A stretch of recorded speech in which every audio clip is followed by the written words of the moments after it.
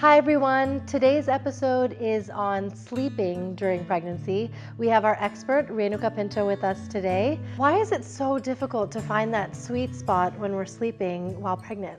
You've been told all don't sleep on your back, Yeah. don't sleep on your belly. Don't sleep on your right side. Don't sleep on your right side. So your only allowed sweet spot is your left side. Yeah. So I'm not surprised that you can't find your sweet spot because that may not be your sweet spot. Right. So how do we tackle that? I know that there's certain props out there.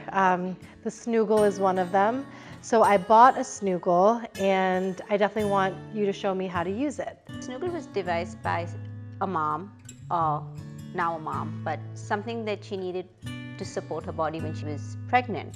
And so it's almost like a U-shaped pillow which has a lot of support built into it, and you can, the goal when the snoogle was designed, at least the way it's used, is maximum support for every nook and curve in your body. I can definitely show you how to use it. You might want to get rid of your pillow because you already have some support built in here. So we're just going to place that pillow over there and you're just going to lie down. Super easy. And you can always either hug this or you can do like a little tuck. The other idea of the snoogle is to give you some support here. So you're going to just prop up your leg and just be cuddled. Fine. That would be if you were a back sleeper. Wrap it all around your body. Yes, it's a lot of wrapping and more wrapping. Yep, and then you're going to turn around to your left. Scooch this between your legs. Yep, and you're all hunky-dory ready for the night. Is there anything else we can use at home to provide us with that extra support? The key to having a good night's sleep is to fill in the gap between your body and the mattress. And some of the props you can use are a towel, a pillowcase, some cushions around your house, a stuffed toy if you've already bought one, and things like that. If you're a back sleeper, you might want to use a bath towel to support this little small of your back.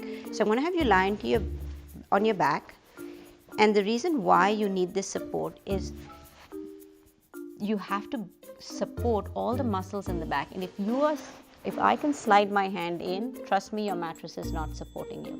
And if you don't support this area, you're going to wake up in the morning with a lot of low back stiffness. So a really cool trick is using your bath towel. And if that's your waist, I'm going to just have you roll to your side while I tuck this in there. And you're just going to roll right over. And that supports you. And if that, now I can't stick my hand in. Another cool trick, if this doesn't work for someone who's absolutely straight, is have them roll onto their side. So I'm going to have you roll onto your side.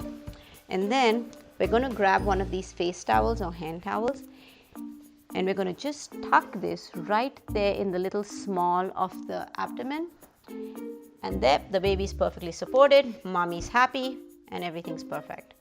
Another way is if your bed is too soft, unlike this one, you might need more support. And then the second hand towel can come in handy, and then you might need something higher or you might need something smaller. Depending on the thickness of your bed and the support, you could pile these up, you could roll these up, but the goal really is to get this part of your belly supported. So doctors and a lot of resources that I've come across have said you should only sleep on your left side. Why is that? It's because of the way our heart pumps blood and receives blood. And so the big vein that gets the blood from the legs into the heart is called the inferior vena cava, and it travels up and it drains into the right atrium. And so when you sleep on your left side, it's almost like pouring water into a glass. It's a straight flow. And that's the reason why, for good drainage, they are asking you to sleep on your left side. Okay.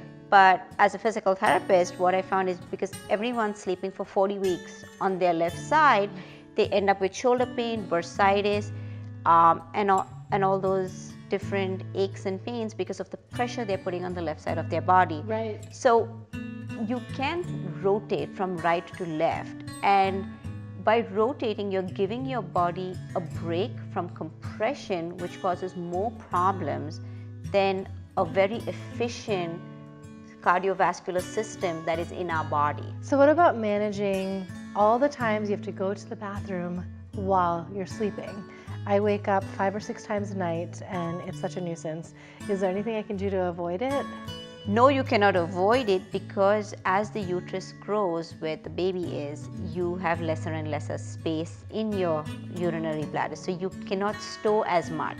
So as soon as you store that little, you need to go and void out. You need to hydrate, so I cannot tell you not to drink water. Yeah. But if you can overhydrate during the day and just hydrate during the later hours, that's helpful. The other thing is sipping a lot of water might be a better option than just chugging down a whole glass. Okay. I've been experiencing some really vivid dreams at the later hours. It's so interesting. From, I would say, 4 a.m. to 7 a.m. Is when I remember my dream. It feels real. And I know it's hormones, but why does that happen? It's Not so really strange. sure. It's also the way our bodies go through rhythms. And the early morning sleep is the ones that because it's the last thing we're doing before we wake up. So any dream you've had in the early, what would be dawn, is something that you remember because it's the last thing you saw in your mind's eye before you woke up in the morning. Wow. Well, thank you so much for these tips. And I hope you all get a good night's rest after watching this. Sweet dreams.